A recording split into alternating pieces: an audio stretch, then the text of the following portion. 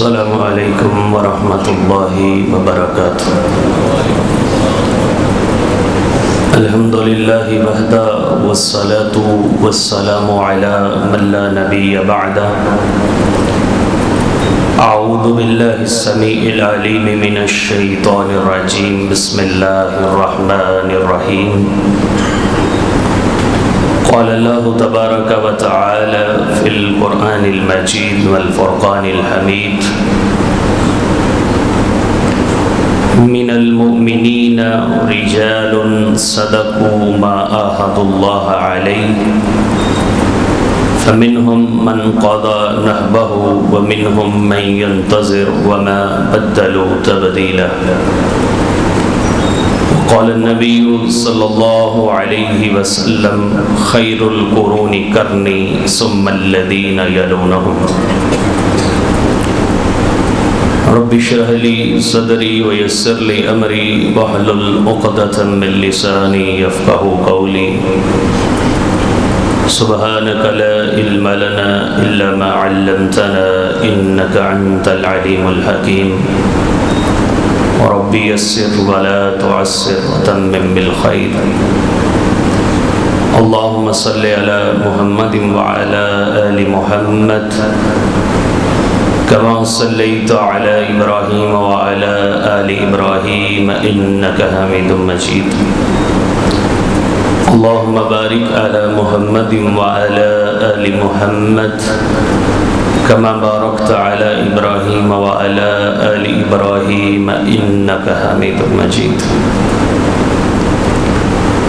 ہر قسم کی حمد و ثنا، تعریف، توصیف، بزرگی، برتری اللہ رب العزت کی پاک ذات کے لیے ہے۔ درود و سلام سید الاولین والآخرین، سید ولد آدم، حبیب کبریا، جناب محمد الرسول اللہ صلی اللہ علیہ وآلہ وسلم کی ذات اقدس اور ذات مطہرہ پر۔ معزز دوستو، بزرگوں، نوجوان ساتھیوں، پردہ نشین اسلامی روحانی ماؤں بہنوں، معاشرے اور افراد تربیت سے اور ان کو سکھلانے سے بنتے ہیں۔ جہاں پر افراد کی تربیت، ان کی پرورش اور ان کی نوک پلک سیدھی کرنا کسی اچھے انسان کے، اچھے لیڈر کے ہاتھ میں ہو، وہاں پر جو شاگرد پیدا ہوتے ہیں وہ زمانے کی بہترین ہستیاں کہلاتے ہیں۔ رسول اللہ صلی اللہ علیہ وسلم اس کائنات کے استادوں کے استاد، معلم کائنات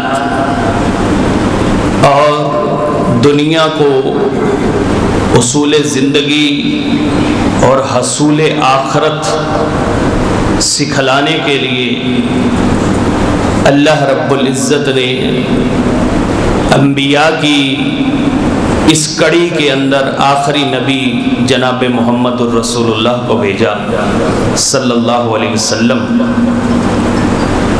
تو اللہ نے جیسا استاد ویسے شاگرد عطا کیے تھے۔ استاد سید الاولین والآخرین، محسن کائنات اور محسن انسانیت، ان کے شاگرد بھی انبیاء کے بعد پوری دنیا میں سب سے معتبر اور اچھے انسان تھے۔ اور یہ شاگردوں کی جماعت رسول اللہ صلی اللہ علیہ وسلم کی 23 سالہ دور نبوت کے اندر کی ہوئی تربیت کا نچوڑ تھے۔ صحابہ کے شب و روز اور ان کے زندگیوں کو اور دین کے ساتھ ان کی وابستگی کو دیکھ کے یہ بات سمجھ میں آتی ہے کہ رسول اللہ صلی اللہ علیہ وسلم نے اپنے شاگردوں پر محنت کس قدر کی ہے۔ جب استاد اتنا محنتی، مخلص، پیار اور محبت کرنے والا ہو، جس استاد کو اپنے شاگرد کے مستقبل سے اور اس کی آخرت کو سنوارنے سے تعلق ہو اور وہ ان کی آخرت سنوارنا چاہتا ہو، وہی استاد زمانے کے اندر بہترین افراد اور قوم مہیا کر سکتا ہے۔ قومیں تو بہت ساری آئی ہیں پوری دنیا کے اندر، استاد بھی بڑے آئے ہیں، لیکن رسول اللہ صلی اللہ علیہ وسلم سے بڑا استاد کوئی نہیں آیا، اور صحابہ سے رضوان اللہ علیہم اجمعین سے زیادہ فرما بردار اور بڑے اور اچھے شاگرد پیدا نہیں ہوئے۔ صحابہ کرام کی ہستیاں اللہ رب العزت نے خود صحابہ کرام کو نبی صلی اللہ علیہ وسلم کی شاگردی میں دیا تھا۔ یہ نہیں کہ ہر ایرا گیرا نتھو خیرا اور ہر کوئی منہ اٹھا کے صرف صحابیت سے نوازا جائے، یہ ممکن نہیں ہے۔ صحابی وہی بن سکتا ہے جس کو اللہ رب العزت صحابی بنانا چاہے۔ عبداللہ بن مسعود رضی اللہ تعالیٰ عنہ کی یہ بات ذہن میں رکھیں اور اس کے ذریعے اپنے ایمان کو مکمل کریں۔ عبداللہ بن مسعود رضی اللہ تعالیٰ عنہ فرماتے ہیں، ان اللہ نظر فی قلوب العباد، اللہ رب العزت نے پوری کل کائنات کے انسانوں کے دلوں کو جھانک کے دیکھا، ان کو پرکھا جانچا، ان میں سے سب سے زیادہ اچھا اور پیارا دل جناب محمد الرسول اللہ صلی اللہ علیہ وسلم کا تھا، ان کو اپنی رسالت کے لیے، نبوت کے لیے چن لیا۔ اس کے بعد اللہ رب العزت نے پوری کل کائنات کے دلوں کو دوبارہ جھانچا، دوبارہ ان کو پرکھا اور دیکھا، اور نبی کے صحابہ کے جو دل تھے وہ سب سے عمدہ اور اچھے دل، خلوص والے دل تھے۔ اللہ نے اپنے نبی کے وزراء صحابہ کرام کو بنا دیا۔ یہ صحابہ کرام رضوان اللہ علیہم اجمعین کی شان اور عظمت اور مقام ہے۔ اور جو میں نے یہ عرض کیا ہے کہ ہر شخص صحابیت کے شرف سے نوازا نہیں جاتا، اللہ رب العزت نے اس کی گواہی قرآن مجید کے اندر خود بھی دی ہے۔ اللہ فرماتے ہیں، اولئک کتب فی قلوبہم الایمان، میں نے ان کے دلوں کے اندر ایمان لکھا تھا۔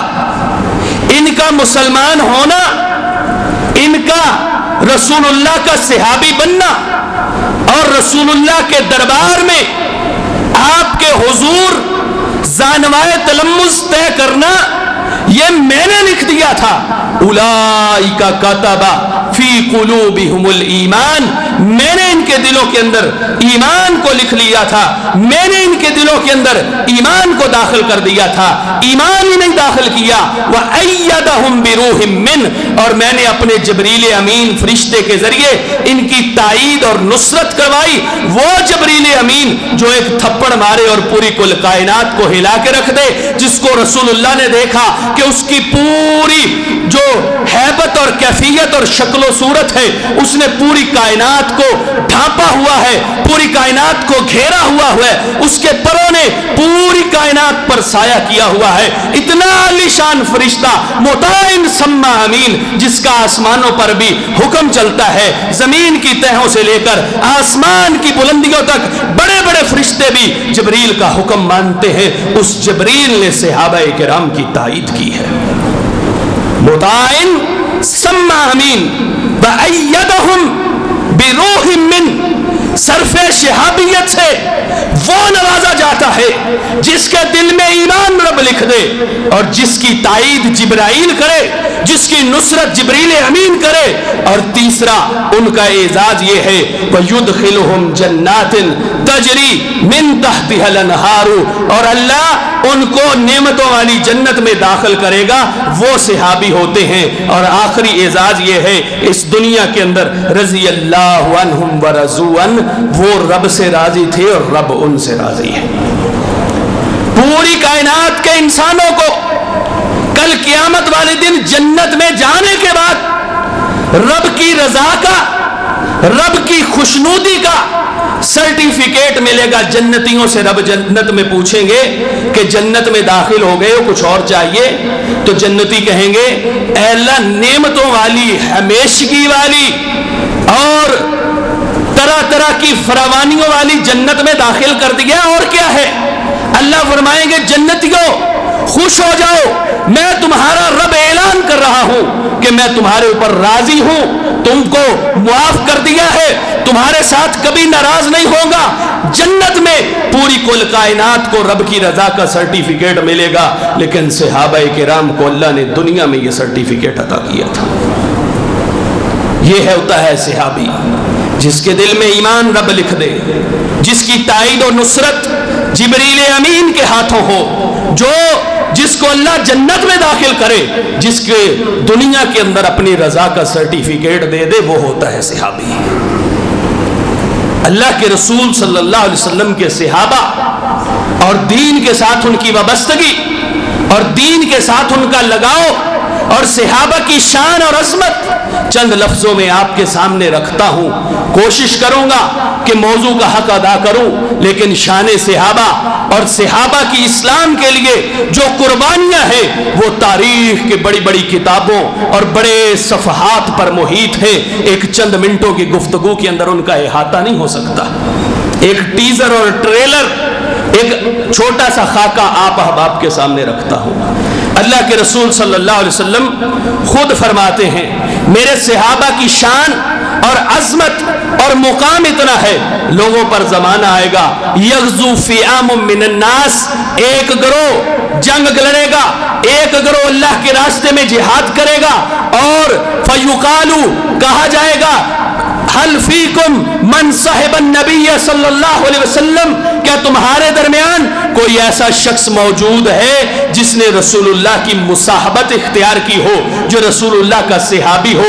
کہا جائے گا نعم، ہمارے اندر رسول اللہ کا صحابی موجود ہے۔ اللہ کے رسول فرماتے ہیں اس کے برکت کی وجہ سے، اس کی نیکی کی وجہ سے اللہ جنگ کے اندر فتح عطا فرما دیں گے۔ اس کے بعد پھر جنگ لڑی جائے گی، پھر پوچھا جائے گا کوئی ایسا شخص ہے جس نے صحابی کی صحبت اختیار کی ہو، جو تابعی بنا ہو، جس نے حالت ایمان میں صحابی کو دیکھا ہو؟ کوئی ایسا شخص موجود ہے؟ کہا جائے گا ہاں موجود ہے۔ اللہ اس شخص کی برکت سے جیتی ہوئی جنگ کے اندر جیت عطا فرما دے گا، شکست فتح کے اندر تبدیل ہو جائے گی۔ اللہ کے رسول نے فرمایا اگر کوئی تیسری نسل آئے گی جس نے صحابی کے شاگرد کو بھی دیکھا ہوگا، تبع تابعی بھی ہوگا، اللہ اس کی برکت سے بھی جنگ میں فتح عطا فرما دے گا۔ صحابہ کرام کا وجود مسعود اور ان کی شخصیات اس دنیا کے لیے برکت کا باعث ہے، اس آخرت کے لیے، ہماری آخرت کو سنوارنے کے لیے، ہماری قبروں کو ٹھنڈا کرنے کے لیے اگر کوئی وجود، اور اگر آج ہم کسی کے احسان مند ہیں تو وہ صحابہ کرام رضوان اللہ علیہم اجمعین ہیں۔ اگر وہ دین کی خاطر اپنی جانیں نہ لٹاتے، اپنے مال خرچ نہ کرتے، بیوی بچوں کی، رشتہ داروں کی، اہل و عیال کی، گھر والوں کی اور آرام سکون کی، ہر چیز کی اگر وہ قربانی نہ دیتے تو میرے اور آپ جیسے آج مسجد میں نہ بیٹھے ہوتے، بلکہ ملحد ہو کر کسی اور بازار میں گھوم رہے ہوتے۔ یہ صحابہ رضوان اللہ علیہم اجمعین کا ہمارے اوپر کیا ہے؟ بولیے احسان ہے، اور اس احسان کو مانتے ہیں۔ جو اس احسان کو مانتا ہے وہ صحابہ کی قدر کرتا ہے، جو احسان کو نہیں مانتا، جو ہوئی بے مرشدہ جائے، اس کے کیا کہنے ہیں۔ جو کسی کے احسان کو تسلیم نہ کرے اس کو ہم کچھ نہیں کہہ سکتے۔ اللہ رب العزت نے صحابہ کو اب مقام اور مرتبے سے نوازا ہے، اور صحابہ کی اسلام کے لیے قربانیاں اس قدر ہیں کہ رسول اللہ صلی اللہ علیہ وسلم نے سارے صحابہ کو، صحیح بخاری کی حدیث ہے، آپ صلی اللہ علیہ وسلم نے ارشاد فرمایا کہ لوگوں، جس طرح آسمان کی سلامتی، امن، اطمینان، خوبصورتی، آسمان چمکتا ہے ستاروں کی بدولت، آسمان اچھا لگتا ہے ستاروں کی وجہ سے، میری مثال میرے صحابہ میں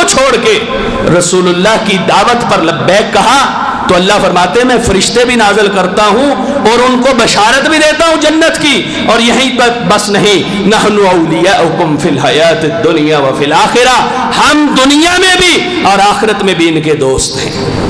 ہم ان کے دوست ہیں، ہم نے ان کو اپنا دوست بنا لیا ہے. نحن اولیاؤکم فی الحیات الدنیا وفی الآخرہ ولکم فیہا ما تشتہی انفسکم ولکم فیہا ما تدعون. اور ایسی جنت عطا کریں گے. دنیا میں لوگوں نے ان کو جینے نہیں دیا، دنیا نے ان کا جینا مشکل کیے رکھا، دنیا نے ان کی زندگیوں کو پریشان کیے رکھا. میرے صحابہ جنت میں آئیں گے، جو مانگیں گے میں ان کو عطا کر دوں گا. یہ شرف اللہ کے رسول کے صحابیوں کو حاصل ہے. اور حضرت معاذ کو رسول اللہ نے وصیت کرتے فرمایا تھا، یا معاذ میں تجھے وصیت کرتا ہوں، ان قتلتا او حرقتا لا تشرک باللہ، اگر تجھے قتل کر دیا جائے، تجھے زندہ جلا دیا جائے، تیرے ٹکڑے ٹکڑے کر دیا جائے، تجھے مار دیا جائے، تجھے گھر بار سے نکال دیا جائے، جو مصیبت بھی آئے اللہ کے ساتھ شرک نہیں کرنا، لا تشرک باللہ. اور صحابہ نے اس پر عمل کر کے دکھایا ہے. میں چند واقعات آپ احباب کی زینت، آپ کے احباب کے گوش گزار کرتا ہوں. حضرت ابو بکر صدیق نے ایمان قبول کیا، ابھی کو 5-6 لوگ ایمان لائے تھے. حضرت ابو بکر صدیق کے ایمان کی کیفیت، رسول اللہ سے محبت اور ایمان کا جذبہ دیکھیے. کہنے لگے اللہ کے رسول میں جا کے اعلان کر دیتا ہوں کہ صدیق، ابو بکر صدیق مسلمان ہو گیا ہے. اس کا دنیاوی بتوں سے، تمہارے 360 خداؤں سے، تمہاری رسوم و رواج سے کوئی تعلق نہیں ہے. آج کے بعد ابو بکر صدیق مسلمان ہے، اس کا اگر تعلق ہے تو رب کے ساتھ ہے یا رب کے رسول کے ساتھ ہے. جا کے اعلان کر دیا. رسول اللہ نے منع کیا، فرمایا نہ کرو، لیکن جذبے کو دیکھتے ہوئے رسول اللہ نے اجازت دے دی. جا کے بازار میں اعلان کر دیا. اور امام ابن کثیر رحمہ اللہ فرماتے ہیں، البدایہ والنہایہ اٹھا کر دیکھیے، فرمایا فکان اول خطیب دعا الی اللہ ورسولہ، ابو بکر وہ پہلا خطیب ہے، ابو بکر وہ پہلا بندہ ہے، ابو بکر وہ پہلی شخصیت ہے، ابو بکر وہ پہلا انسان ہے جس نے رب اور رسول کی طرف دعوت دی ہے. پہلا انسان جس نے رب اور رسول کی طرف اعلانیہ دعوت دی وہ ابو بکر ہے. جا کے دعوت دی. مکے کے قریشی لوگ اور ان کے قبیلے والوں نے پھڑ کے پکڑ کے اتنا مارا، اتنا زیادہ زد و کوب کیا. عتبہ بن ربیعہ نے منہ پہ تھپڑ مارے، ولید بن مغیرہ پتھر مارتا ہے، اتنا زیادہ مارا گیا. حضرت ابو بکر صدیق کو مکے کے بازاروں کے اندر، وہ مکے کے بازار جو ابو بکر صدیق کے لیے اپنی تلیاں بچھاتے ہیں، جہاں پر وہ ایک مالدار اور ایک بزرگ انسان ہے، جہاں پر وہ تاجر بھی ہے، اس کی عزت بھی کی جاتی ہے، لیکن اسلام کی خاطر اس ابو بکر کو مارا گیا. اتنا مارا کہ بے ہوش ہو گئے. چند لوگوں نے چھڑوا کے گھر کے اندر بھیج دیا. جب گھر کے اندر گئے، ہوش آیا تو سب سے پہلے پوچھا کہ اللہ کے رسول کی کیفیت کیا ہے. فرمایا اس کی ماں کو، ابو بکر صدیق کی والدہ کو کہا کہ اس کو کھانا نہیں دینا، اس کو کھانے پینے کے لیے کچھ نہیں کرنا، اس کا بائیکاٹ کر دو. حضرت ابو بکر صدیق کو ہوش آئی تو سب سے پہلے سوال کیا رسول اللہ کہاں پر ہے؟ اس وقت تک کھانا نہیں کھاؤں گا. ماں نے کھانا پیش بھی کر دیا. فرمایا اس وقت تک کھانا نہیں کھاؤں گا جب تک رسول اللہ کی خیریت دریافت نہ کر لوں. کسی نے آ کر بتایا کہ ابو بکر رسول اللہ خیریت سے ہیں. فوراً اٹھے. 2 لوگوں نے سہارا دیا. دیکھو ابو بکر کے ایمان پہ بھونکنے والوں، ابو بکر کے ایمان پہ شک کرنے والوں، اگر ابو بکر مسلمان نہیں ہے تو پوری کل کائنات میں کوئی بھی بندہ مسلمان نہیں ہے. فوراً اٹھے. نہ صحت کا خیال، نہ بھوک کا خیال. فوراً اٹھے رسول اللہ کی بارگاہ کے اندر، آپ کے بارگاہ کے اندر پیش ہوئے، آپ کے ہاتھ کو بوسہ دیا. ابو بکر کی حالت کو دیکھ کر رسول اللہ کی آنکھوں میں آنسو آ گئے. یہ ہے صحابہ کی قربانیاں. فرمایا اللہ کے رسول میں جا کر اعلان کرتا ہوں. اور یہ ایک مثال نہیں ہے، ہزاروں مثالیں ہیں ایسی. بلال حبشی نے اسلام قبول کر لیا. امیہ بن خلف رسول اللہ کا بہت بڑا دشمن، قریش کا سردار، پیسے والا مالدار چودھری. اور آپ کو پتا ہے جو پیسے والا ہوتا ہے اس کے غلط کام کو بھی لوگ صحیح کہتے ہیں. اس کی غلطی کی بھی جسٹیفیکیشن آتی ہے، غلطی کا جواز، گناہ بھی بطور جواز پیش کیا جاتا ہے جو پیسے والا ہوتا ہے۔ ابو بکر کے بعد حضرت بلال نے اعلان کر دیا توحید کا، مسلمان ہو گئے۔ امیہ کو پتہ چلا، فوراً آتا ہے، گلے کے اندر رسی ڈلوا کے، ایک بہت بڑا سخت قسم کا کپڑا گلے کے اندر ڈلوا کے نوجوان لڑکوں کو کہتا ہے کھینچو اس کو۔ کھینچتے ہیں مدینے کے مکے کے بازاروں کے اندر۔ بلال حبشی جو غلام ہے، حبشہ سے آنے والا ہے، کالے کالے ہونٹ، کالے کالا رنگ کا ہے، بڑے بڑے ہونٹوں والا ہے، کوئی اچھی شکل و صورت نہیں ہے، آج اسلام کی خاطر اس کو قربان کیا جا رہا ہے، اس کو تکلیفیں دی جا رہی ہیں۔ فرمایا باز آتے ہو؟ فرمایا نہیں، قل هو اللہ احد اللہ الصمد، اللہ ایک ہے، اس کی وحدانیت کا نعرہ یہ بلال حبشی لگاتا رہے گا، جو جی میں آتا ہے کر لو۔ انگاروں پر لٹا دیا گیا، آگ پر لٹا دیا گیا، جسم کی چربی اور پانی سے آگ بجھ گئی، دوبارہ آگ کو جلایا گیا، پھر لٹا دیا گیا۔ زبان سے ایک ہی آواز آتی ہے کہ اللہ ایک ہے، اللہ ایک ہے، اس کی وحدانیت میں کوئی شریک نہیں ہے، اور محمد الرسول اللہ اللہ کے پیغمبر ہے۔ بلال حبشی نے مارے کھائی، کیا اسلام سے پھر گئے تھے؟ کیا یہ کہہ دیا کہ اللہ کے رسول بڑی پریشانی ہے؟ نہیں، کسی صحابی نے اللہ کے رسول صلی اللہ علیہ وسلم کے سامنے شکوہ نہیں کیا تھا۔ اور میں یہاں پر ایک بات کہہ دیتا ہوں کہ مصیبت اور پریشانی ہر انسان پر آتی ہے، ہر طرح کی، ہر انسان کی پریشانی اور تکلیف اور آزمائش کا حصہ مختصر ہوتا ہے، اس کا قصہ ہی مختصر ہوتا ہے، مختلف ہوتا ہے۔ اللہ کے رسول کے صحابہ پر پریشانی آئی، کچھ پر پریشانی آتی ہے وہ ویلا کرتے ہیں، بعض لوگوں پر پریشانی آتی ہے وہ ہمت سے برداشت کر لیتے ہیں، اور لیکن اس پریشانی اور آزمائش کی کڑواہٹ ان کے لہجے میں آ جاتی ہے، ان کی زندگی میں آ جاتی ہے۔ لیکن بعض لوگ ایسے ہوتے ہیں جو آزمائش اور پریشانی کو زندگی کا حصہ سمجھ کے محبت اور پیار سے اور خوبصورت اور ہنس مکھ چہرے سے قبول کر کے خندہ پیشانی سے پریشانیوں کو قبول کرتے ہیں۔ صحابہ کرام اس تیسری صف میں شامل تھے جنہوں نے پریشانی کو، آزمائشوں کو، تکلیفوں کو محبت اور پیار سے قبول کیا ہے۔ خباب بن ارت ام انمار خزائیہ کا غلام ہے۔ ام انمار مدینے کی منڈی کے اندر جاتی ہیں، ایک خوبصورت، صحت مند، چوڑی پیشانی والا، بڑی بڑی آنکھوں والا نوجوان، چند ابھی مونچھیں آئی ہیں، داڑھی کے بال نہیں آئے، نوجوان کو دیکھتی ہیں، فرمایا پوچھنے لگی کہ اس کا مالک کون ہے، اس کو بیچنے والا کون ہے۔ خرید کے بازار کے اندر لے آئی۔ خباب بن ارت سے پوچھا کہ تم کسی اچھے گھر کے لگتے ہو، کوئی بڑی شکل و صورت ہے، تمہارا اللہ نے بڑا رنگ ڈنگ دیا ہے، منڈیوں میں بکنے کے لیے کیسے آ گئے؟ کہنے لگے کہ کسی نے میرے قبیلے پر حملہ کیا اور ہمیں غلام بنا کے منڈی میں فروخت کر دیا۔ ام انمار خزائیہ مکے کی مشرکہ آ کے ان کو تلوار بنانے کا، فن سپہ گری کا ہنر سکھاتی ہے۔ فن سپہ گری کو سیکھا تو شروع سے ہی طبیعت خباب بن ارت کی بڑی اچھی طبیعت تھی، دین کی طرف مائل تھی، اچھے کاموں کی طرف مائل طبیعت تھی۔ انتظار کر رہے تھے کہ کوئی آئے جو تبلیغ کرے اور اچھے کاموں کی طرف میری رہنمائی کرے۔ اچانک رسول اللہ صلی اللہ علیہ وسلم نے نبوت کا اعلان کیا اور جا کے فوری پہلے 7 بندوں کے اندر حضرت خباب بن ارت نے اسلام قبول کیا، اسلام قبول کر لیا۔ مالکن کو پتہ چل گیا، مشرکہ تھی، اس نے آ کر پوچھا سناؤ خباب تم نے اسلام قبول کر لیا ہے، تمہیں کیسے جرت ہوئی کہ میری غلامی میں ہوتے ہوئے، میرے پاس ہوتے ہوئے، میرے ماتحت اور غلام ہوتے ہوئے تم جا کے بنو ہاشم کے لڑکے کی دعوت پر لبیک کہو، تمہیں جرت کیسے ہوئی؟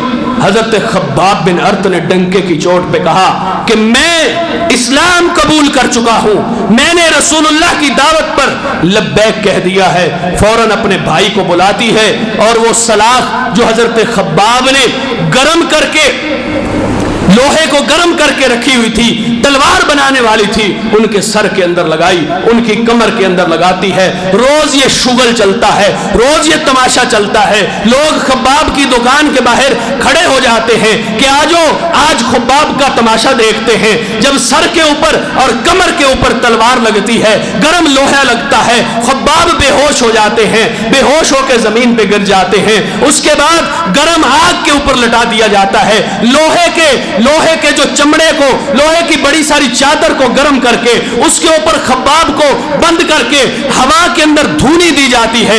کون سا ظلم نہیں جو خباب بن ارت کی زندگی پر نہیں ڈھایا جاتا۔ بے ہوشی کے عالم میں اللہ کا نام لیتے ہیں، اللہ کے رسول کا نام لیتے ہیں۔ اتنا زیادہ زد و کوب کیا گیا حتیٰ کہ مدینے کے اندر ہجرت کر کے چلے گئے۔ حضرت عمر فاروق کا دور آیا، آؤ لوگو صحابہ کی قربانیوں کی داستان سنو۔ حضرت عمر فاروق کا دور آیا، حضرت عمر فاروق نے ایک دن مسجد کے اندر اپنی مسند کے اوپر خباب بن ارت کو کہا کہ اے خباب، تم حقیقی حقدار ہو اس مسند کے، تم نے اسلام کی خاطر مارے کھائی ہیں، تم نے قربانیاں دی ہیں، تم نے اپنا جسم پیش کیا ہے، غلامی برداشت کی ہے، لہو پیش کیا ہے اسلام کی خاطر، تم حقدار ہو اس مسند کے۔ ذرا اپنے صبر کی اور استقامت کی داستان تو سناؤ، ذرا یہ تو بتاؤ کہ تمہارے اوپر کون کون سے ظلم کیے گئے، کون کون سی زیادتیاں کی گئی۔ حضرت خباب بن ارت کہتے ہیں کہ میں عمر فاروق امیر المومنین میں نہیں سنانا چاہتا، میں نہیں چاہتا کہ لوگ میرے بارے میں یہ بات کریں، ریاکاری بن جائے، دکھلاوا بن جائے، وہ میرا معاملہ ہے، میرے رب کا معاملہ ہے، میرے رسول کا معاملہ ہے، میں نہیں چاہتا کہ یہ کام ہو۔ امیر المومنین نے کہا میں لوگوں کو ترغیب کے لیے تمہیں یہاں پر مسند پر بٹھاتا ہوں۔ حضرت عمر فاروق نے کمر سے جب قمیض ہٹایا تو زخم دیکھ کے حضرت عمر فاروق کی آنکھوں میں آنسو آ گئے، کہنے لگے کہ خباب اتنے بڑے زخم، 30 سال گزر چکے ہیں، 40 سال کا عرصہ گزرنے والا ہے، یہ زخم ابھی تک گئے نہیں، یہ تیری سزاؤں کے جو جسم کو داغا گیا تھا وہ ابھی تک ختم نہیں ہوا۔ خباب کہنے لگے امیر المومنین یہی تو نشانیاں ہیں جس کو رب کے حضور پیش کر کے جنت میں جائیں گے۔ یہ تھی صحابہ کی قربانیاں، ان کی تاریخ تو اٹھا کے دیکھو، صحابہ کی نے اسلام کے لیے کیا کیا قربانیاں دی ہیں۔ بدر و احد کے شہیدوں کا حال تو دیکھو، مصعب بن عمیر کا تذکرہ تو دیکھو، جو جنتی شہزادہ ہے اور مکے کا بھی شہزادہ ہے۔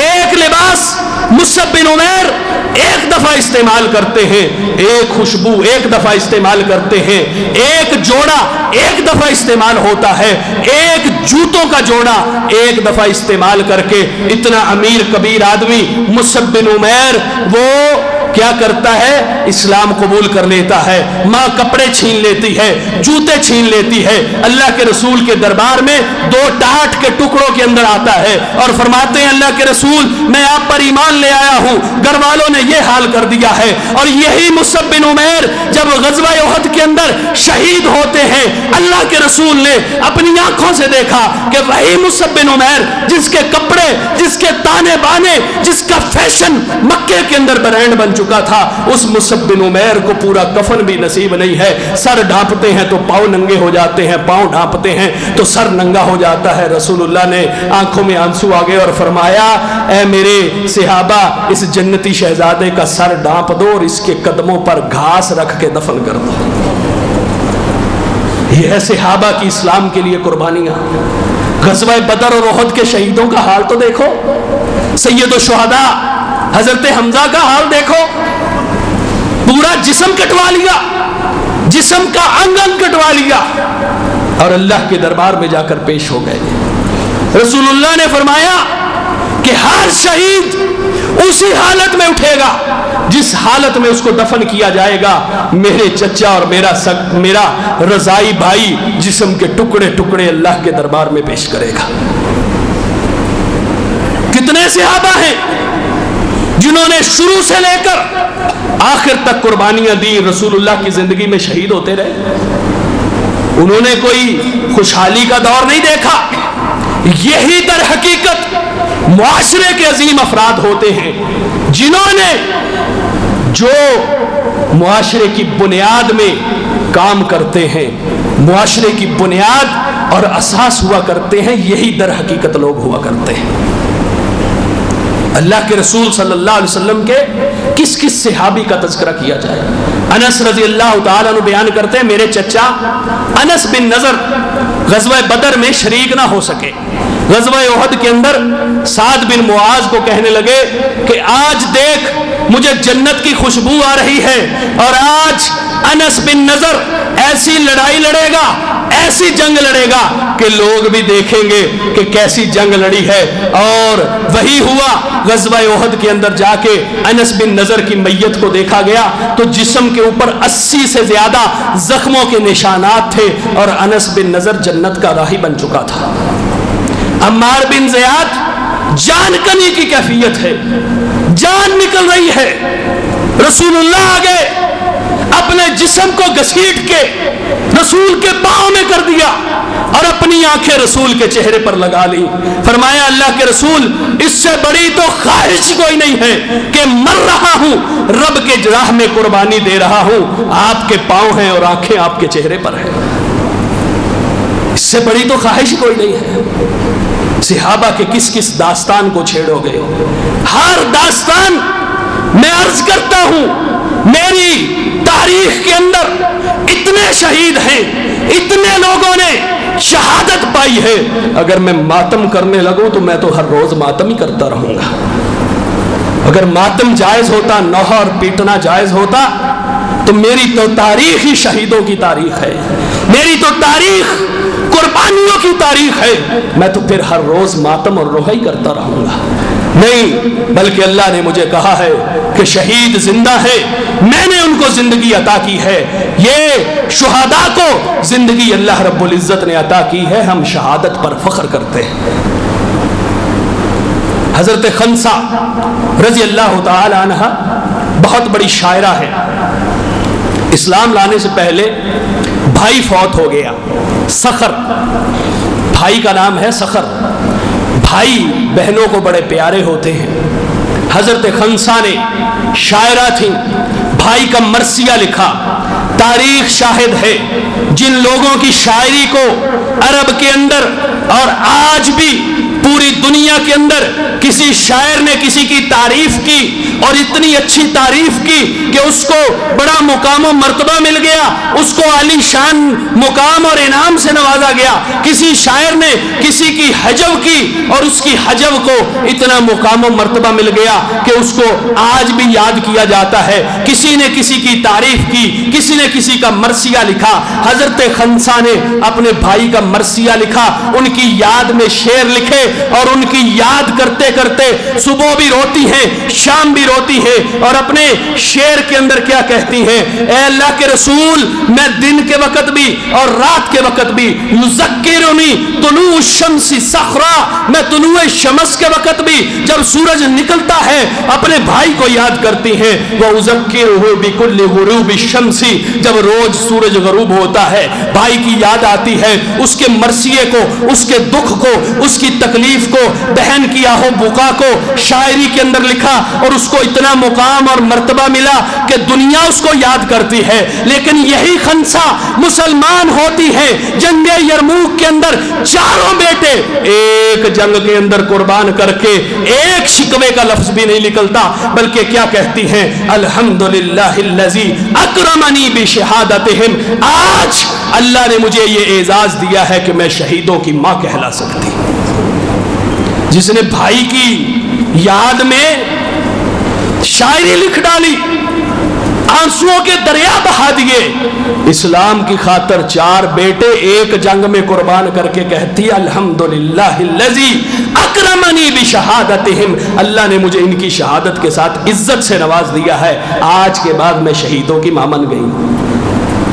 یہ ہوتے ہیں شہید۔ اور ایک عورت غزوہ احد کے اندر آئی اور آ کر کہنے لگی اللہ کے رسول، اللہ کے رسول کدھر ہیں؟ اس کو کہا گیا، یہ تبری کے اندر روایت موجود ہے، اس کو کہا گیا کہ آپ کا شوہر شہید ہو گیا ہے۔ پھر آتی ہے، پھر پوچھتی ہے اللہ کے رسول کا کیا حال ہے؟ پھر کہنے والے نے کہا تیرا بیٹا شہید ہو گیا ہے۔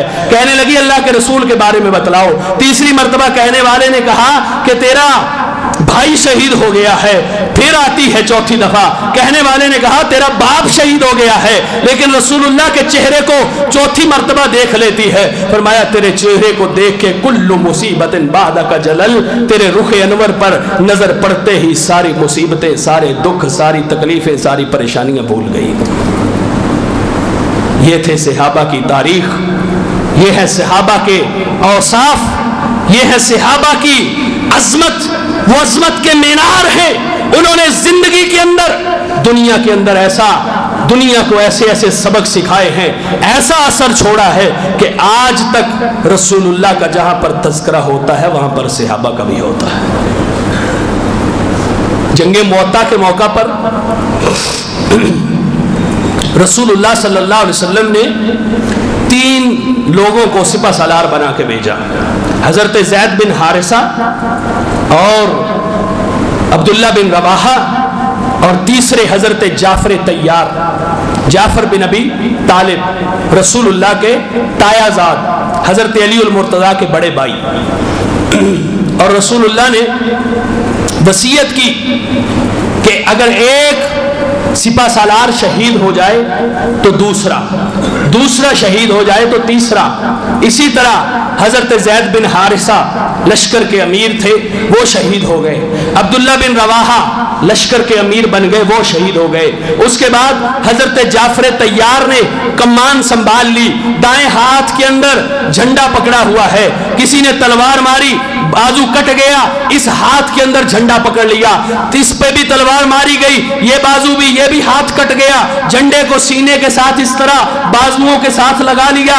اسلام کا جھنڈا جعفر طیار نے گرنے نہیں دیا، حتیٰ کہ ان کو تلوار کے ساتھ شہید کر دیا گیا تو کسی اور صحابی نے جھنڈا اٹھا لیا۔